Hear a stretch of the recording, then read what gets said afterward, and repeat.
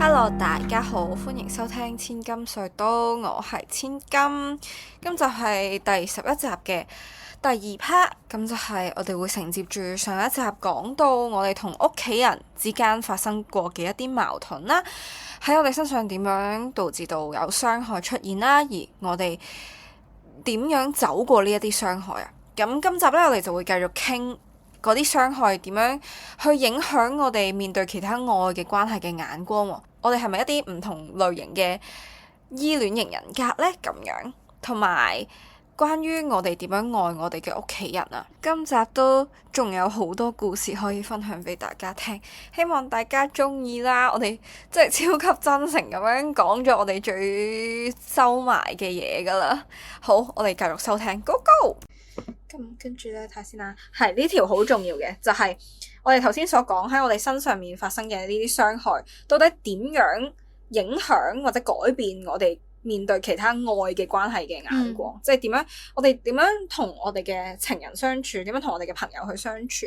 因為邱淑萍係迴避型依戀嘅人啊，其實又唔完全係嘅，我係混合型偏迴避咯。即係迴避加焦慮咯，佢係一個刺蝟海膽嘅存在。咩刺蝟海膽？哦，海膽咯。係咩？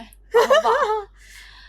唉，係咁，我會講咗對我戀人嘅看法先，係咪啊？因為我係最近都唔係最近啦，1年前先至拍過第一次拖。咁我不嬲對愛情一樣嘢係極之有幻想嘅。咁但係進入咗真正嘅戀愛關係之後啦，我對待戀人嘅模式就係我會無限包容，直至到我受唔到咯，即係接受唔到。你做咩都得，點都好，去到我真係會爆炸就爆炸。咁佢約炮咧，你唔好俾我知咯。OK，唔係咁，當然嗰個人唔會做呢啲嘢。如果我知佢會做呢啲嘢，我唔會同佢一齊咯。即係原則性問題唔計。我講緊嘅全部都係嗰種發脾氣情緒，係啦呢啲咯，係啦。我係完全，我嗰段我拍咗7個月多少少，好似跟住我係完全冇主動講過好愛你啊、中意你啊、掛住你，冇講過。even 佢又因為呢件事情發過我脾氣，我都冇講過。但係點解？我講唔出口咯。你係真係唔係幾中意佢定係？唔係啊，我覺得其實我幾中意佢噶。哇！唔緊要，佢唔會聽，我 block 咗佢。係我 block 咗佢，佢唔會聽。嚇死我！哇！佢知道咗應該會死咯，我會死啦！你而家恐怖，你競爭佢啊！唉，算啦。係咯，我有不滿，我唔會講咯，除非即係因為我自己內心會有一個感覺，就係除非你可以理解我，如果唔係，我唔會將你講唔會同你講我所有嘢咯。咁如果你覺得嗰個人如果係一個好似拿落咁樣嘅存在，即係耐性，然之後脾氣唔算差，但係佢係有好多傷，然之後同你講嘢咁嘅存在，咁你會唔會？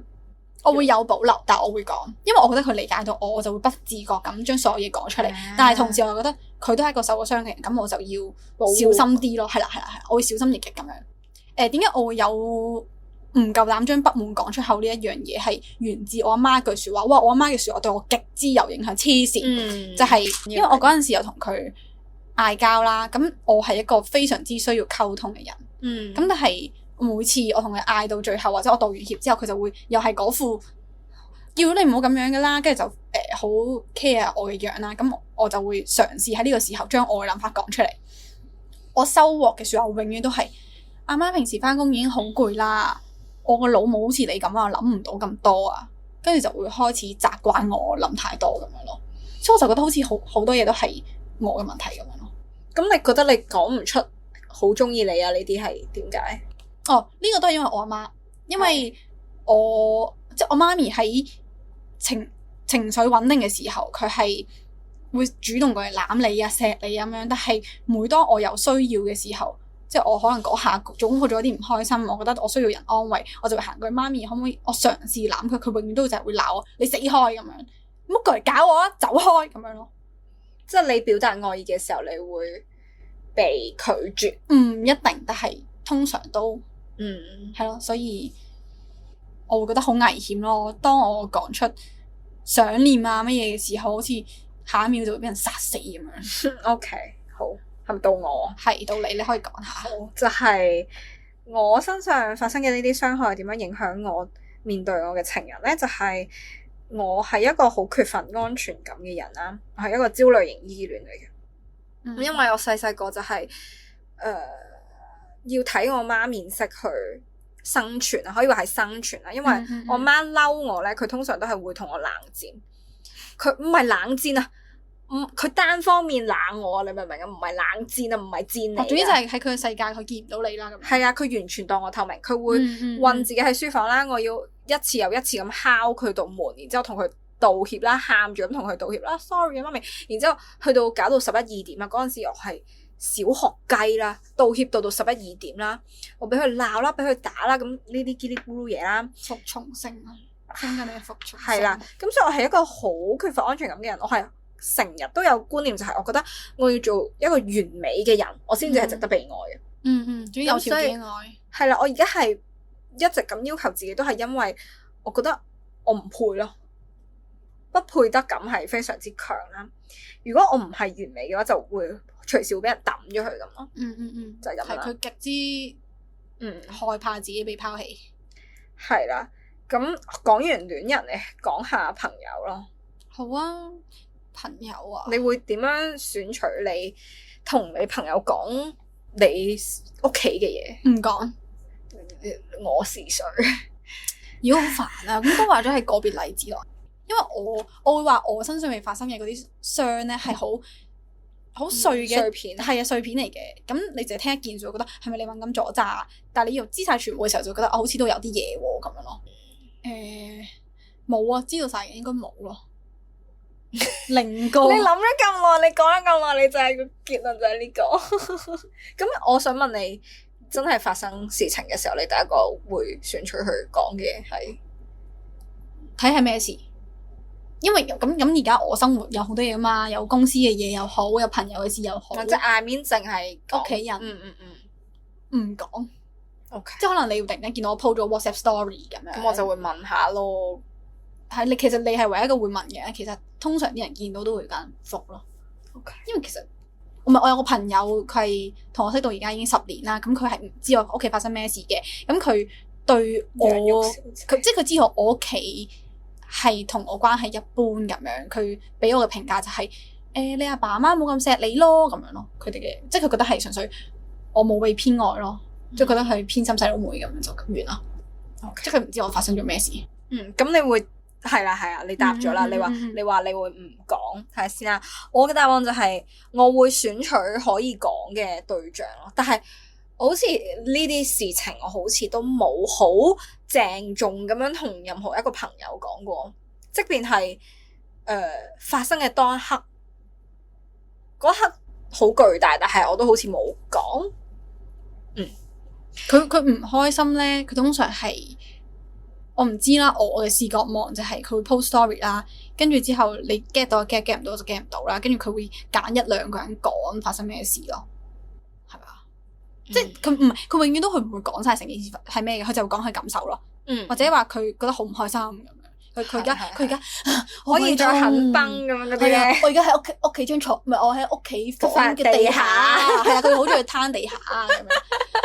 係啊，我就會同佢講我喺地下咁樣。我喊到隻眼腫晒，你幫我分擔下我嘅N 重眼皮咁樣，佢就會咁樣咯。佢就會講，但我唔會講發生咩事。其實我唔知點解噶。我問佢都唔講噶，唔知點解。我都唔知，我講唔到咯，太大啦。即係如果你聽，即係如果你發生嗰件事，我生病，然之後媽媽跟我說我生你出嚟就是一個債咁樣，你會點樣同人講啊？講唔到噶喎呢啲。咪就係咁咯，講咗啦已經。點講啊？我唔知啊。唔係啊，係我覺得我哋自己心入邊都有一個感覺，就係好似我將件事講出嚟，冇人會理解，所以你講唔到咯。我覺得係噶，因為就係覺得即係好細咯，你嗰下會覺得好細咯。一句說話啫，憑咩傷害到我咁大呀？冇錯，係合理。跟住啦，後面就係睇先啦。呢個你有冇答案啊？因為其實我呢一題係冇乜答案嘅。你有冇曾經對自己嘅屋企人造成傷害？有，並且而家仲傷害緊。我覺得其實傷害呢一樣嘢係好難係單方面咯。咁你睇電視劇都見過啦，啲人永遠都係你一刀我一刀噶嘛，唔會係即係通常係復仇劇咁樣，一定係我阿爸阿媽傷害咗你，咁然後你就要報復喺我身上，咁我又會去報復你，所以即係報仇呢一樣嘢係來來回回來來回回，所以其實傷害都係咯。我覺得點解我阿媽會咁樣對我，某程度上就係咯，佢都講話我成日駁嘴駁舌啦，咁就係我嘅嘴巴，我講出口嘅説話傷害到佢，所以佢先會有呢啲反應嚟傷害翻我咯。所以係咯，我都係嘅，我係當然的咯，我都係答咗，好廢嘅呢條問題。其實我嘅傷害係我媽係好中意聽我分享發生喺我身上嘅事，因為佢對我係佢需要我完全 under control，佢需要知道我發生咩事，佢先至感覺安全。呢個係佢嘅模式啦。咁呢場冇可能嘅，我喺度放狠話係冇可能，我唔做俾你啊！係啦，咁但係咧，佢聽完我講嘅故事咧，佢又必須要企喺一個媽媽嘅身份去教我嘢啊，批評我啊，收皮。係啦，即係佢永遠都係會用呢一種態度去到對待我嘅分享啦。唔係啦，咁純粹佢係淨係想聽你嘅事情，跟住之後去展現自己嘅權威咯。係啦，就係咁。我話好討厭啊！佢講到好誇張，但係的確係咁。唔係咩誇張，就係咁樣咯。好，我又開始嬲啦，又開始嬲啦，係啦。咁所以我成日都習慣佢唔講啦。咁而我嘅唔講咧，導致到佢非常之抓狂咯。係就死咯，個女要出嚟，我嘅講粗啦。跟住佢就因為呢單嘢係同我家庭革命咗幾次嘅。佢同你how？總之就我哋唔係一家人嚟嘅咩？嗰啲啦。總之就佢會叫埋佢嘅兵，即係我阿爸，係啦，對你係啦，一段輸出。我哋唔係佢會拉埋嚟，我哋傾下，跟住就開始講。我哋明明係一家人嚟嘅，我覺得我哋應該家庭會議好係啦，就係咁樣呢一種啦。咁所以我嘅唔講係對佢造成咗傷害嘅，但係我改唔到。呢個係我逃離咗嘅事情咯，因為我由細到大係唔講嘢嘅，除非我喺屋企。我係小學或者一二年班啦，我係翻到去永遠都會同我阿媽講發生咗咩事，但係佢哋永遠都唔會聽㗎。咁直至到我開始唔講之後，佢哋就會怪我點解唔講。咁我就覺得你都唔聽啦，點解要我講啊？咁我就開始，佢一問我就發脾氣，佢一問我就發脾氣。咁直到我真係完全成日唔翻屋企啦，咁佢哋唔知我發生咩事啦，咁就由佢即係佢覺得我已經冇辦法知道啦，咁佢就放棄咗我咯。呢個係所以我逃離咗咁樣。佢冇辦法再 control 我，因為我已經你控制唔到我噶啦，傻仔。咁你細佬妹你會唔會分享？唔分享啦，我都唔同你一樣，就係一分享就會被攻擊咯。呢個係咪 Asian parent 咧？就係我阿媽覺得我身邊冇好朋友噶，即係冇好的朋友，全部都係壞人。係啦，佢一定會揾到嗰個人嘅缺點，跟住同你講，你唔應該同呢個人做朋友，得阿媽會對你好。最中意講呢句說話。呢個咩 Rapunzel 嚟？超中意長髮公主啊！佢真係咁樣噶，所以我一直都覺得呢個世界好危險，就係某程度上，因為佢不斷咁同我講呢個世界好危險咯。好恐怖啊！我真係覺得呢個世界好危險，因為我媽同我講，同埋我係有一段時期係極之恐男嘅。因為我媽同我講話男人好危險咯。我真係同男人相處喺同一個空間就會好誇張。我哋飛落去下一題啦。第四個部分就係講完傷害，講下愛啦。會有冇一啲瞬間咧，係令到你覺得有你嘅愛真係好啊？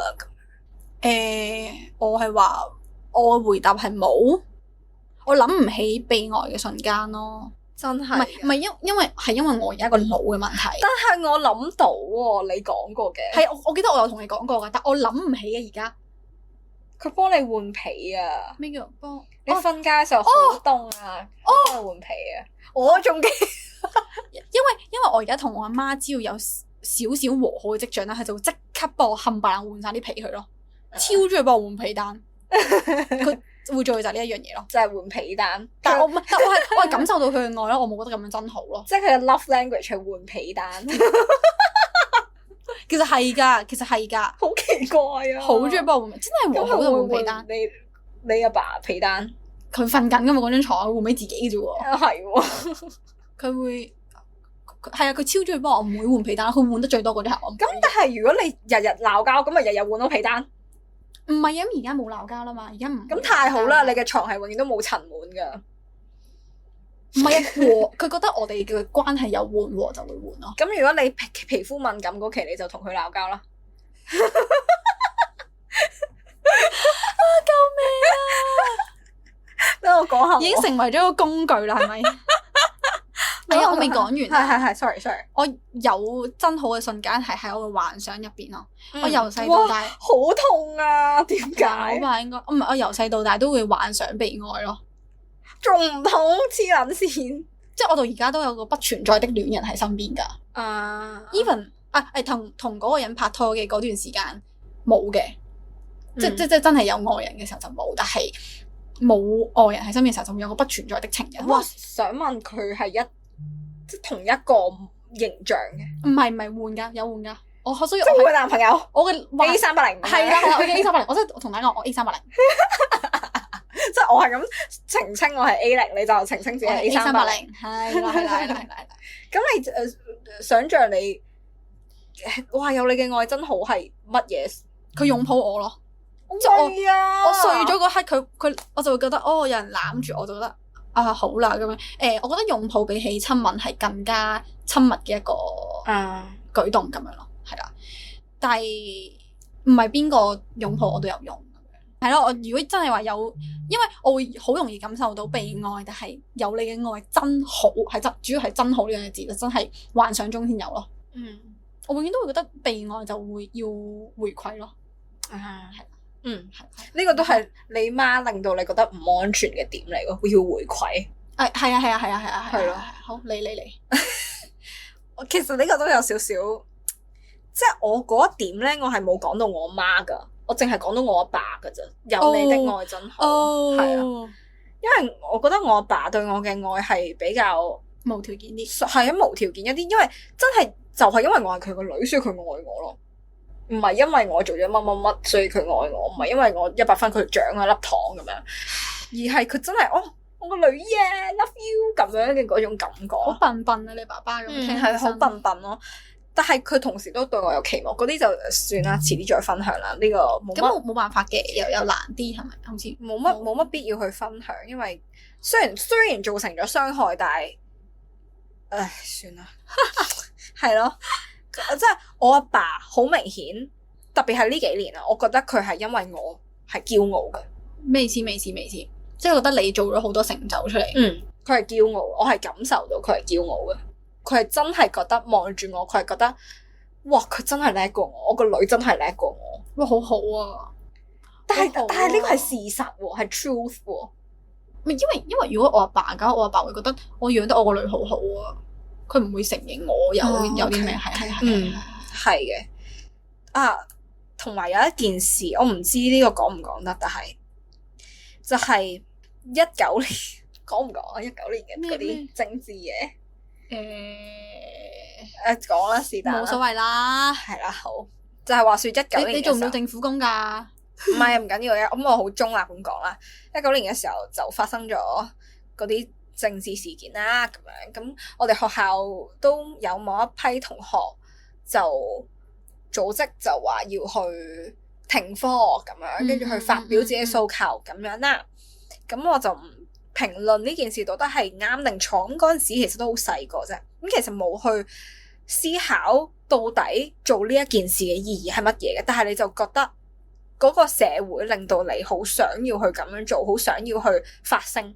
咁樣啦，咁跟住我媽係因此大鬧咗我一場嘅，咁但其實佢鬧得係合理嘅。你有去因為定係咩？我冇停，我問我媽可唔可以嘅。OK。咁佢唔俾，但係合理嘅，我覺得合理嘅，所以我冇嬲嘅，冇因此嬲。因為你想要改變個社會，其實你最應該做嘅嘢就係讀書。佢就係咁同我講啦，跟住。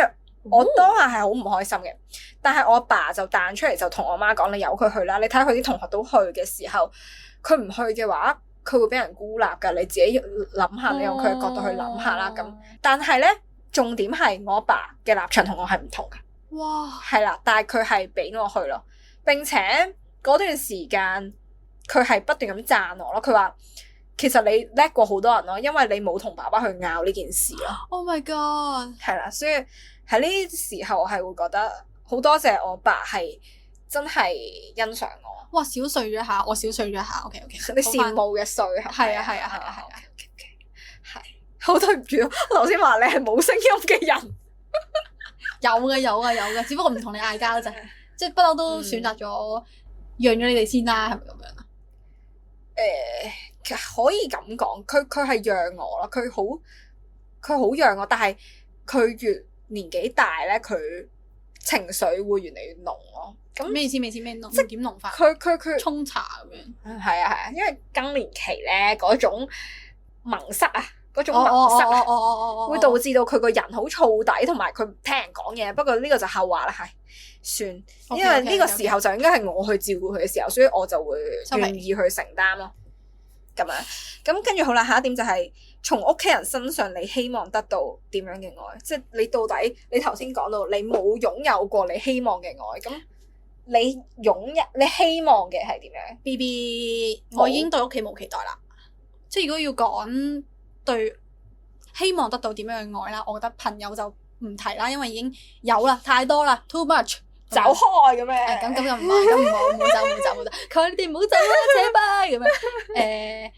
跟住對屋企就算啦，可以點啊？仲可以點啊？咁但係如果你建立一個家庭，即係唔係你做阿媽嘅，即係譬如你玩一個 doll house 咁樣，你係個女咁樣，你會希望你阿爸阿媽係點樣？即係會唔會有啲形容詞係？冇啊！因為我真係 picture 唔到，除咗呢兩個人之外，有邊個可以做我阿爸阿媽咯？即係我始終都覺得我呢個人只能夠以咁嘅方式生存，只能夠咁樣咯。所以我先話我唔希望自己存在，我唔應該存在咯。始終都係信念嚟，呢個信念嚟啊！好，唔好話講到愛咁大啦，我淨係希望佢哋唔好對我忽冷忽熱咯，即係穩定啲就好啦咁樣。好，咁我對家嘅愛嘅期望就係理解同埋各生安好。我頭先應該有講過，就係我知道我某啲部分肯定係滿足唔到你哋嘅期望，但係我希望係放過我啦。佢最近講得最多嘅說話就係你抌咗我啦。係啦，我真係好希望你抌咗我啦。真係好希望俾丟掉咯，因為如果我哋都唔愛對方嘅話，好似就會舒服啲。哇，愛係好沉重嘅東西啊。是的，但係我覺得佢應該要係輕盈嘅。OK，我覺得喺無論係任何關係都好，如果嗰個愛令到你覺得好窒息嘅話，你就應該要離開啦。即使佢係一個愛都好。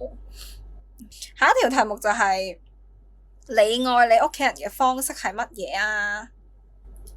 哇，巨大嘅問號！我唔愛佢哋，問號係問號。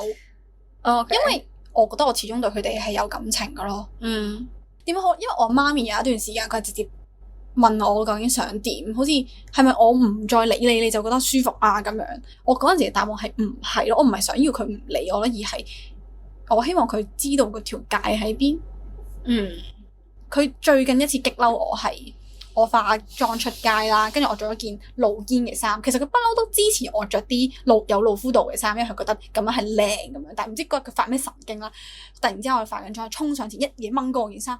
你啊，唔好出去喺度惹人犯罪啊！咁喺度鬧我咯。我嗰刻就即刻又嚟，佢就會突然之間出現一種控制欲咯。所以好飄忽嘅控制欲。我唔知道啊，我真係即係你冇辦法講出你對你屋企人好嘅方式係乜嘢？即係如果唔好升華到去愛，你會點樣去對佢哋？我唔知我而家喺屋企嘅話，我會學住我細妹嘅樣去，即係我細妹點對佢哋，我就會想買下禮物啊。係啦，因為佢哋嘅 love language 好明顯就係得到呢啲嘢咯。你覺得咁樣嘅愛係有條件定係冇條件啊？咁你係但我唔你想唔想要換得一啲乜嘢？想有一個屋企，其實我唔想要咯。好重啊！你啲答案全部都哇好，咁我答啦。我嘅答案就係，其實我上面已經提及過，就係我有一個好識得講我愛你嘅孩子咯。但係呢件事係絕對有條件嘅。我寫嘅就係我話佢只是在用甜言蜜語換取安寧，係啦，就係因為我好唔想佢睇到真嘅我，然之後去嘈我或者鬧我，我就會做俾你睇，你想要咩我做。好矛盾，你唔好嘈咁樣咯，我真係覺得好矛盾啊！你屋企，因為我屋企無論如何，其實佢都係真噶咯，佢所有嘢都係真噶咯，只不過係但我哋所有嘢都係假噶。係啊，咪就係，所以咪話好奇怪咯。明明你哋係想要真嗰一個，但係即係你哋係想要真嘅，但係永遠都會做到好假咯。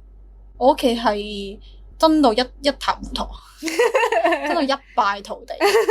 但係我真係最近先知道，身邊係有朋友嘅屋企係可以好完美嘅咯，即係我曾經以為我哋屋企已經算係好好啦，但係我問翻我啲 friend，我先至會發現原來屋企係咁有問題，原來佢哋屋企係可以係好平靜、好和平，然之後培育出嚟嘅小朋友係我一直都覺得自己屋企冇問題㗎，因為直至我上到大學之前，我身邊嘅人嘅屋企多多少少都有問題咯。係啦，即係阿媽係精神病啊，呢啲係常見啊，即係真係要俾人捉入青山嘅精神病。對唔住，各位同學，笑乜嘢啊？對唔住，因為嗰陣時佢因為佢自己都覺得呢件事情好好笑咯，佢形容佢媽咪，佢真係表演俾我哋睇啊，所以我就係佢係真係唔開心定佢有唔開心？佢有唔開心。OK，係啦，好，咁我哋講埋屋企人對，即係阿爸媽對我哋有冇條件嘅愛，你講唔講？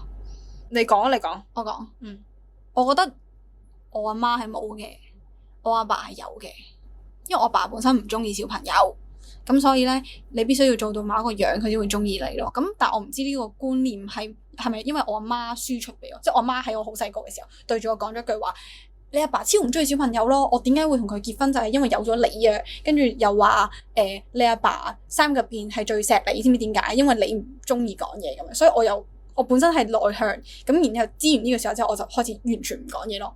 我小學去到係啦，自閉就因為呢件事咯。跟住我媽咪係冇，其實我唔知咯，應該話好難去定義我媽有定冇，因為我媽咪其實佢由細到大佢都係靠緊佢擁有嘅身份去承認自己應該生存落嚟咯。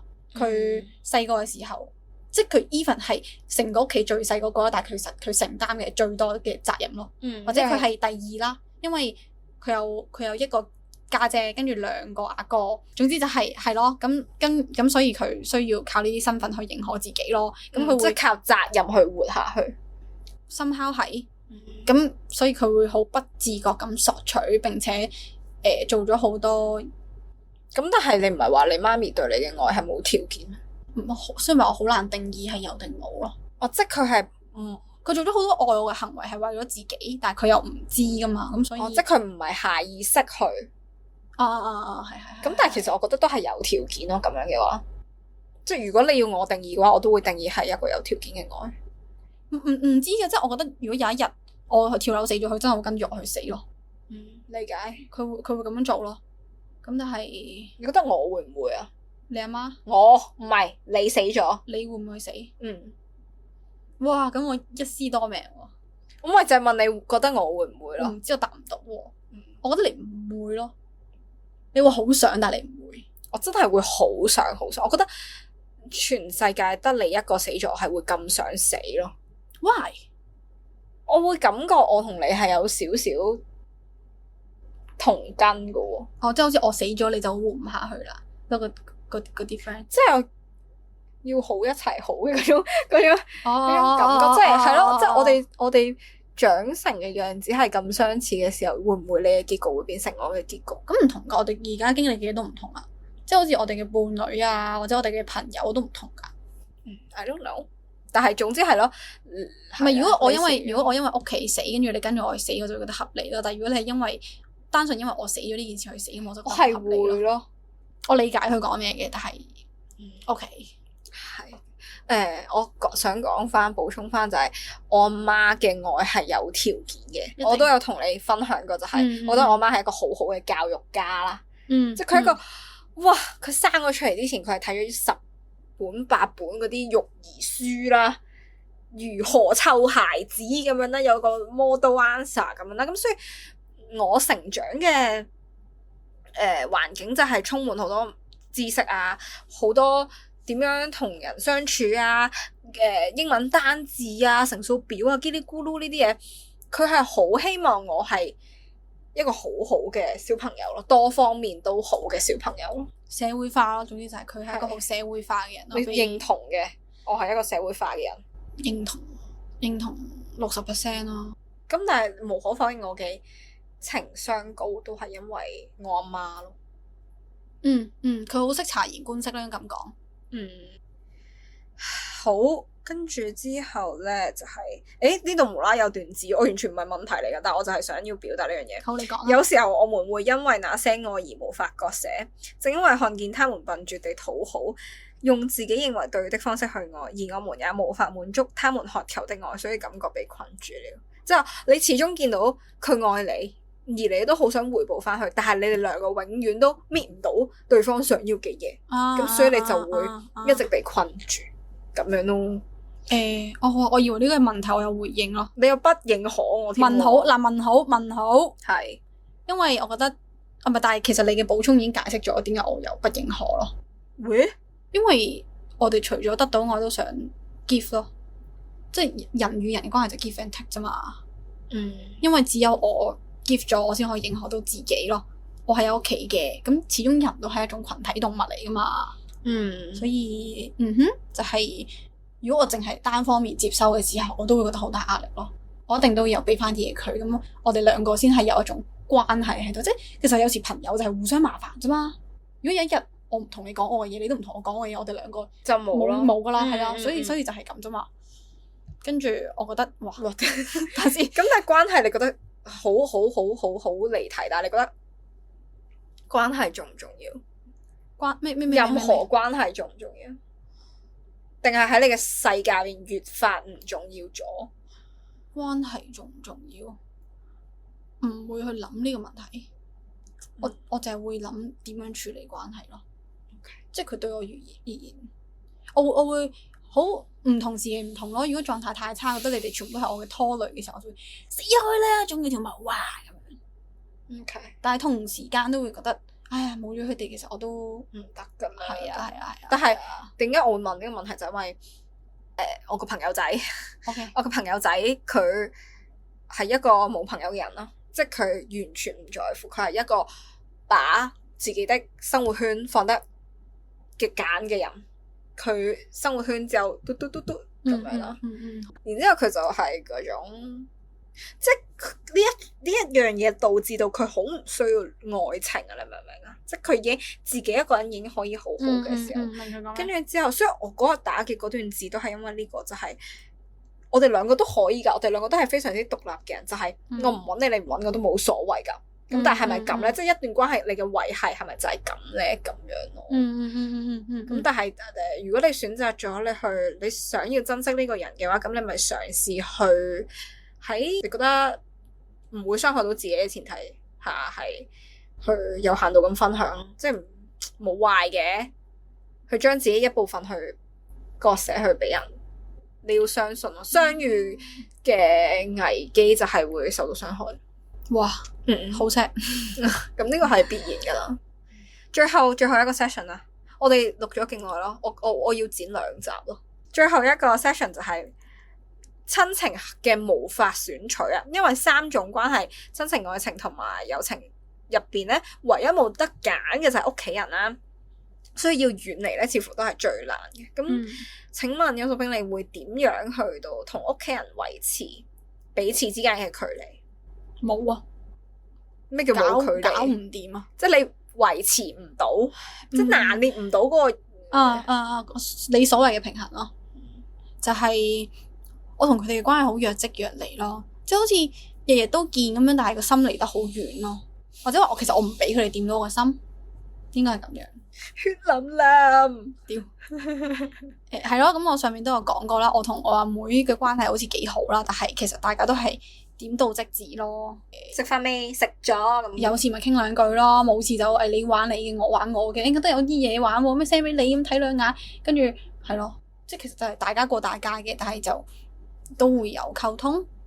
咁唔知喎，我覺得其實我所有關係我都拿捏唔好遠近咯。咁頭先都講啦，關係就係互相麻煩，太多太少你都唔好噶。咁咪所以唔知啊。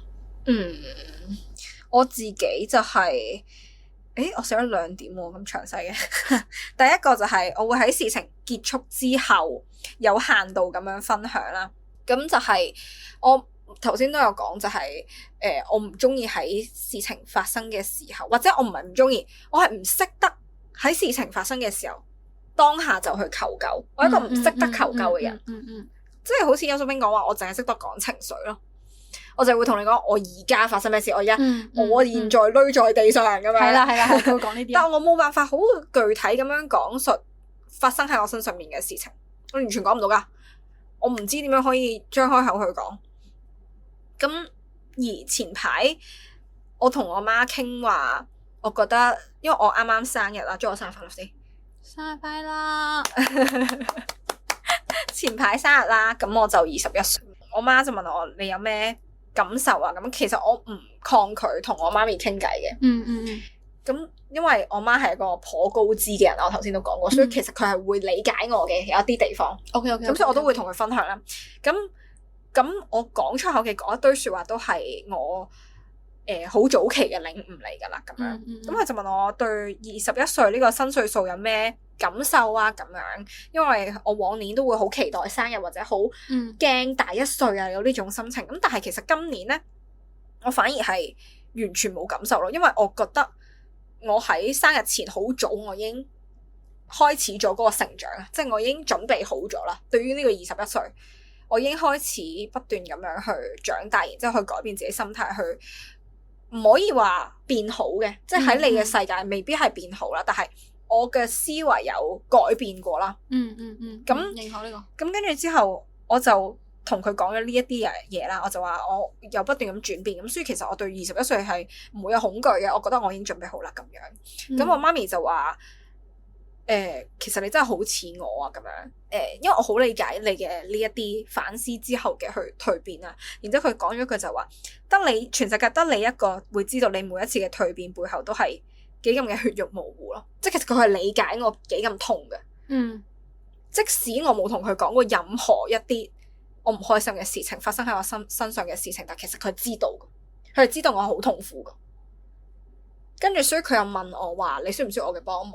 你需唔需要去睇醫生咁樣？咁喺嗰一刻我就知道，我終於可以表達我嘅唔開心，而唔係用一種會導致到佢唔耐煩嘅方式去表達。幾時去問你睇醫生呢件事？23號咯。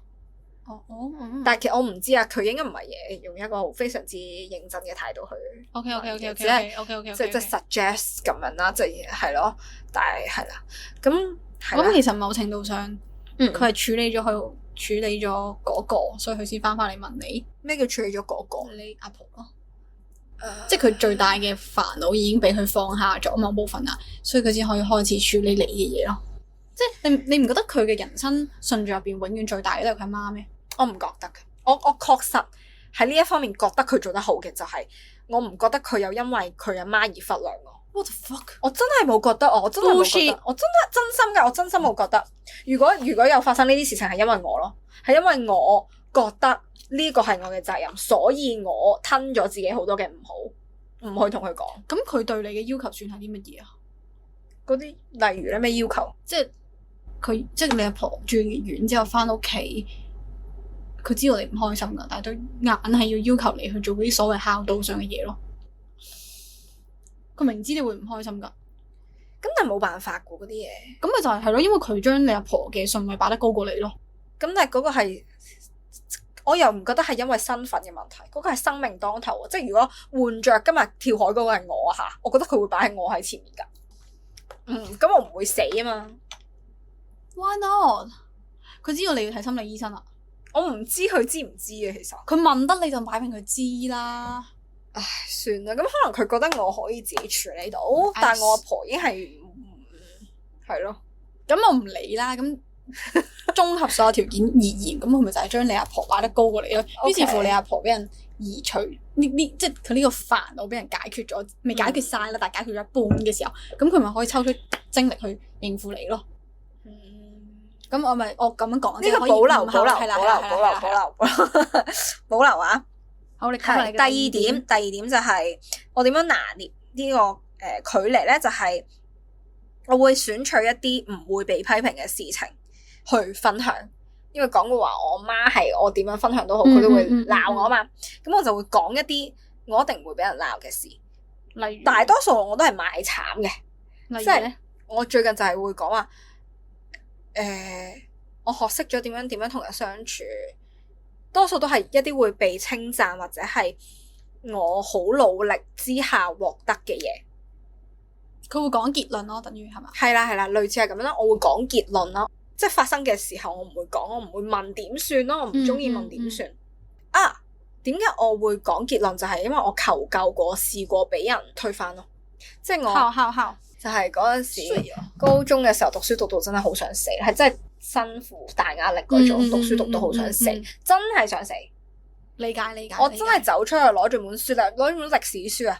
我爸媽喺廳度睇緊電視，哈哈咁笑，勁大聲嘅電視，走出去，我真係想死啊嗰啲啦，呻下咁樣啦，希望你攬下我啦，對眼冇離開過電視，就係咁易死咩咁嗰啲啦。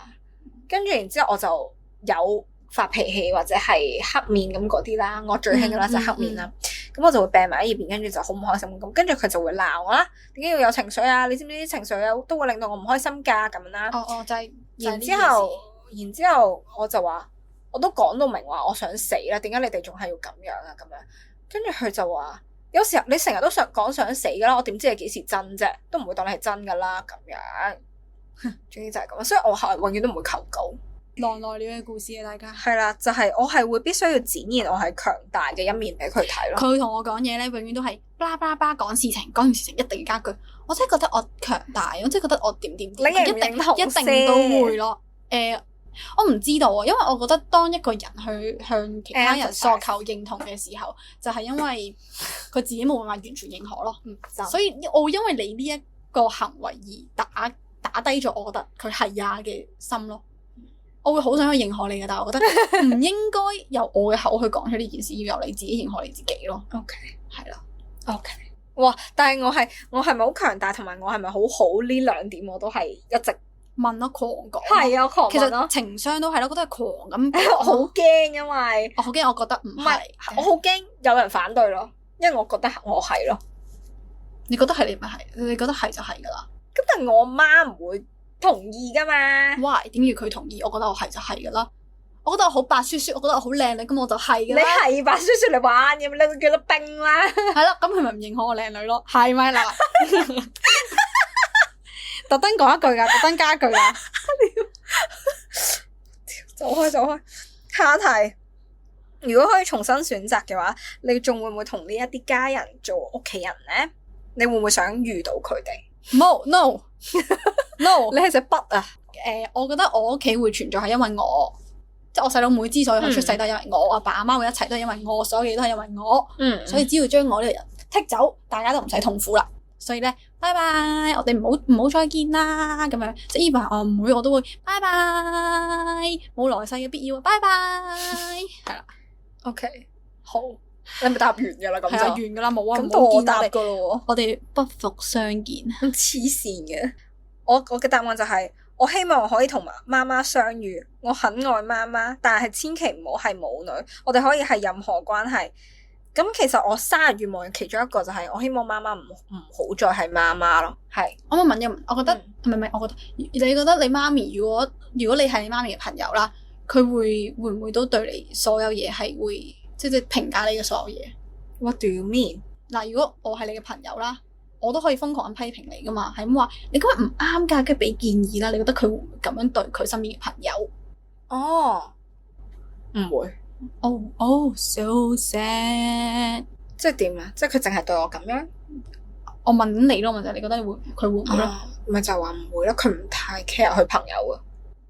即係佢有好多朋友，佢係一個人際圈好廣泛嘅人啦。因為佢好識同人相處啊。佢所有情緒失控都係佢控制唔住啊。因為佢唔會打翻電話過嚟同你講話，即係講嗰啲嘢咯。是但啦。咁但係 OK，你繼續講。我係會想同佢相遇嘅，因為我覺得我會想用另一個身份去對佢咯，即係因為我作為佢個女，我係絕對會對佢有傷害，而佢作為我阿媽，佢都會對我有傷害，但係佢係一個珍貴嘅人咯，佢係全世界最重要嘅人。好，咁如果你咁講嘅話，我而家改答案，我覺得我想成為我媽咪嘅朋友或者我細妹嘅朋友咯。我細妹係因為佢有一段時期。因為佢由細到大都係個極蠢嘅人，佢個蠢係蠢到真係無可救藥嗰啲嚟嘅。佢可以上堂想去廁所啦，但係佢唔知道自己要舉手，跟住引到瀨尿咯。但明明學校老師有講過呢件事啦，跟住身邊都有同學做過呢件事，佢係唔識得觀察，跟住得出個結論，我可以咁樣做咯。所以佢唔係選擇自閉，佢係被逼自閉。跟住去到4、5年班嘅時候啦，佢就遇到一啲好 playful 嘅朋友，真係會去偷嘢啊嗰啲人嚟嘅。咁然後佢嗰一刻就覺得自己見識到呢個世界，但係原來呢個世界咁壞，佢就覺得係我哋屋企冇教識佢，所以我就覺得我可能要早啲出現，去或者我可以做佢老師，帶領佢，係啦，令到佢冇咁孤單咯。咁我媽咪就係因為其實佢去到近年咧，佢係有少少覺醒咗，嗰啲女性主義有啲自愛嘅意識爆晒出嚟啊！係啊，但係佢做唔到，okay. 因為某程度上佢嘅認知就係被框咗個圈圈入邊咯。咁我覺得我自己嘅認知某程度上都算係咁啦，咁所以可以嘅話，我都想幫下佢咯。哇！但係你做佢哋嘅朋友，你嘅目標都係要佢哋變好，係咯，girls helps girls 嗰啲 friend。Why not？咁我阿爸我係唔想理佢，因為佢好 Q 多朋友，並且佢係一個唔會聽人講嘢嘅人咯。但係我係寫咗話，我可以同我媽係任何關係，你即係嗰種任何關係嘅程度係，你可以佢阿媽，唔係啊，佢直情可以係七仔嘅店員，跟住我係顧客，跟住我買支水，即係身邊過路人咁樣，可以咯。即係我會希望我同佢相遇。OK，跟住係爸爸的話沒差，爸爸是很好的爸爸，但沒差。爸爸話：謝謝你，謝謝一啦，真係冇所謂啊！謝謝一啦，爸爸真係好好嘅爸爸咯，但係沒差，係咪都冇所謂？其實我對住阿媽係長期應激㗎，佢只要嘗試操控我就會爆炸咯。佢嘗試同我講嘅情緒我就會爆炸咯，係真係。即係你有同我 video call 過噶嘛？就係嗰個態度咯。我控制唔到自己嘅，我停落嚟我就會好嬲自己，但係我控制唔到咯。你長期都係嗰個狀態咩？即係對住佢，係啊。佢只要咁樣做我就會咯。嗱，但係當然我對住我朋友會誇張啲嘅，因為我見到有外人見到我俾佢操控係更加不可以嘅一件事咯。所以係真係好惡噶，好惡噶，我真係屌鳩佢咯，就係。唔係啊！你見到我個樣，我係下屬啦，因為我真係。我理解，係啦，就係我真係唔係啊！但係我永遠都唔可以用呢個態度對我媽咯，因為佢真係會殺咗我噶。唔係我經歷，我過咗嗰個時期啦。我唔得，佢真係會殺咗我。唔知，因為我媽有其他2個人，所以其實係啦。好。咁話說就係我最近睇咗一本書，就係陳思宏嘅鬼故事鬼地方，陳思宏嘅鬼地方。咁佢係講台灣一個好鄉下嘅小鎮咁嘅東西啦。咁佢哋係一家7個小朋友，好誇張，追仔其實假嘅，但係好好睇，真係好好睇。即係佢個故事情節好超級估佢唔到咯。然之後點解叫鬼地方？就係佢當中有幾節係從一個鬼嘅視角去描述翻成個屋企，咁佢就真係發生咗一啲好 dramatic 嘅事件啦。然之後佢講翻呢個家庭係有幾咁 fucked up 咯。OK， 我陣間可以同你分享。好。總之就係你話你即使離開咗，你都會掛住。即係雖然你好唔中意嗰種嘈，但係你依然係會有少少掛住嘅嗰種感覺。我明啊。咁就係嗰本書都有提及嘅呢樣嘢，就係你走出去，其實你永遠都會帶住嗰個地方嘅一啲色彩咁樣。好，終於講完啦，哇嘔！好 wrap up 就係我哋要諗一諗，討論完2個鐘之後，關於親情嘅愛到底係點樣嘅咧？可以親情呢個方面。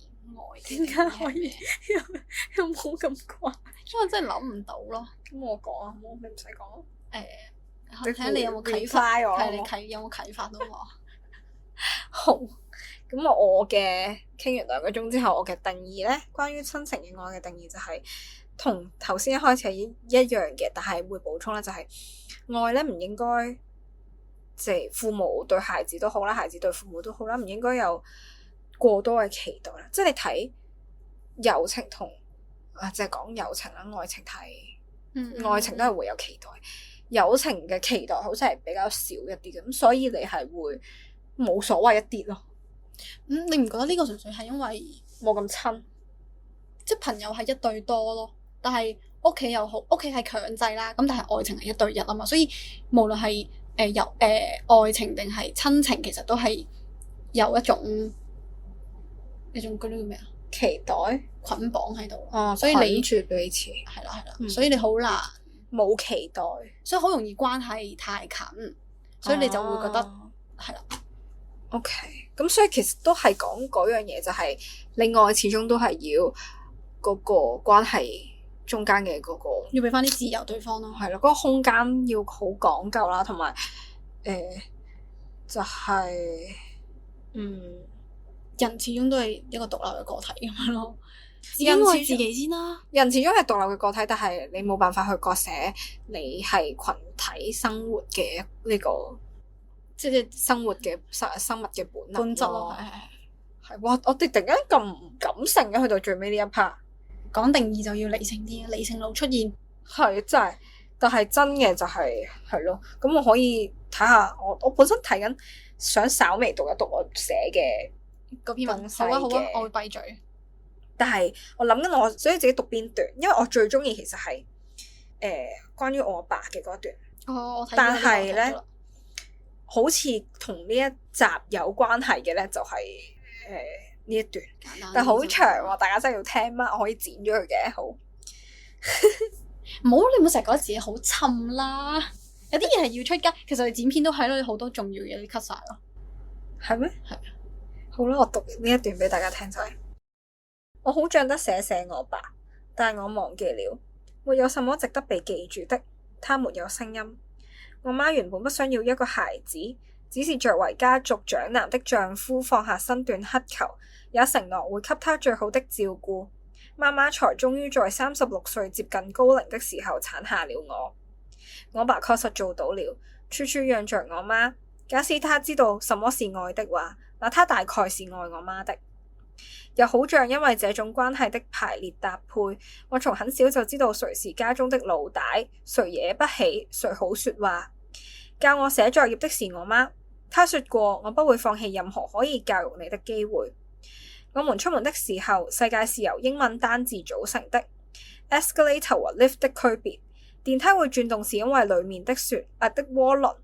葉綠素是 chlorophyll， 葉子是否綠色就取決於葉綠素量的多少。20% off 即打8折，價格要乘以0.8。可惜直至我外婆跳海以前，我的大腦都還沒長出來，空洞的腦殼裝不住知識，左耳入右耳出，該打，拿耳子上的皮帶給我，每天都被你氣個半死，我不要你啦。係完，我聲已經沙咗啦，講咗2個鐘。好啊，我哋嚟結個尾，就係我哋又要 share love 係咪啊？定係你想要有個獨特啲嘅結尾？I hate you all 咁樣。咁又冇啊，見步行步啦。人生在世，諗咁多有咩用啊？哇，係咁噶啦。唔係啊，你同我嘅觀念完全，即係呢一個 moment。唔係，係就呢一件事上，努唔努力呢一件事上，我哋永遠都係相反。因為我都話識講啦，我放棄咗啦嘛。我唔想生活得咁攰咯。其實呢篇嘢入邊所有嘅問題都係我冇特別去思考嘅嘢，因為好複雜，真係太複雜。包括啦，佢可以講到咧，要點樣同屋企人相處，要分享到咩程度？呢啲係我冇諗過嘅問題啦。即係我唔會就住一個關係去諗自己要點樣做，去講咩。佢係真係精心計算咗每一步咯。但係我就覺得隨心啦。如果嗰一下係咁樣嘅感受，咁就跟住嗰個感受去啦，咁樣咯。所以你咪越嚟越 INFP 咯。關事嘅咩？某程度上咧，即係你動用咗自己某部分嘅功能啦，我就唔解釋唔詳解。OK。但係我好似係好想擺脫嗰樣嘢咯。邊樣？即即係你嘅嗰種只憑直覺走嘅嗰種嘢，嗰、個行事作風咯，我好想要擺脫佢。你覺唔覺得？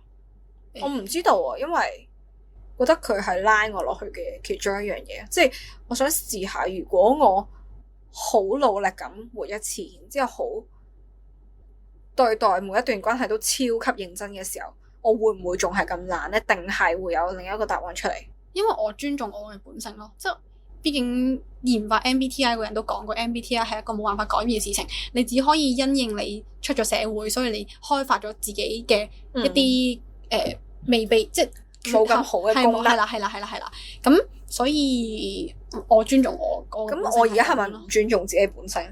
定係我只不過係你希望自己嘅可以涵蓋嘅方面多啲咯？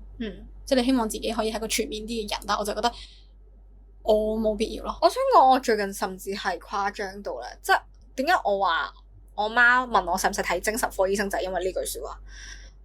我黐線到咧，我係會冇嘢攻擊我啦。我揾嘢嚟攻擊自己，即係譬如我 ABCDE 做好晒啦。我就會突然間攻擊自己。我前排攻擊自己嘅嘢就係我會覺得其實我屋企唔算窮啦，我已經算係中產家庭啦，我係一個有 privilege 嘅孩子。啲人會唔會覺得我好離地㗎咁樣？跟住我就會未試，點解要等？哇！OK，即係因為你未夠貼地，未夠體驗到香港生活最苦嘅嗰啲嘢，所以你諗嘢可能比較 fantasy 一啲咁樣。你有咩 fantasy 咩？可能有㗎，邊有人有閒錢買個咪開 podcast？ 即係啦，總之我就係會做咗自己嘅 haters， 跟住無啦啦做自己見苦自知你我就係會個我就會攻擊自己啦，然之後會開始不斷咁精進，即係譬如我覺得自己可能我離地啦，我就會開始狂睇新聞咯。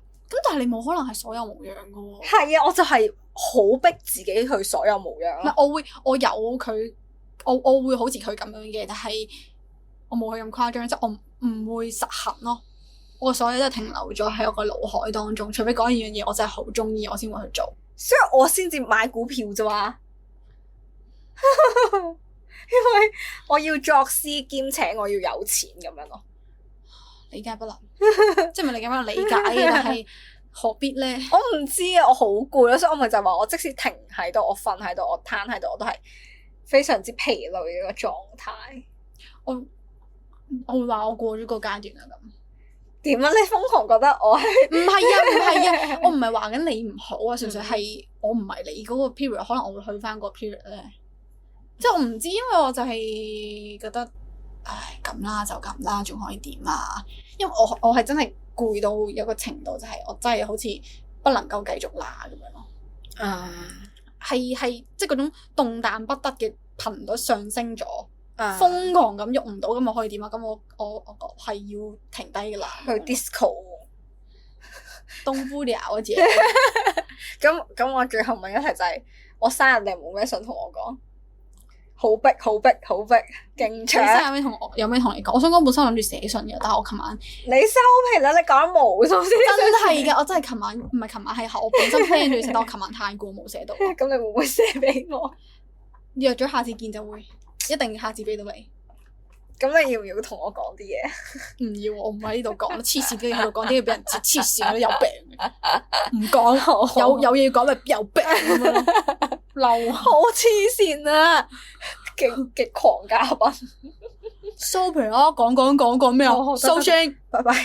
拜拜，多謝你啊。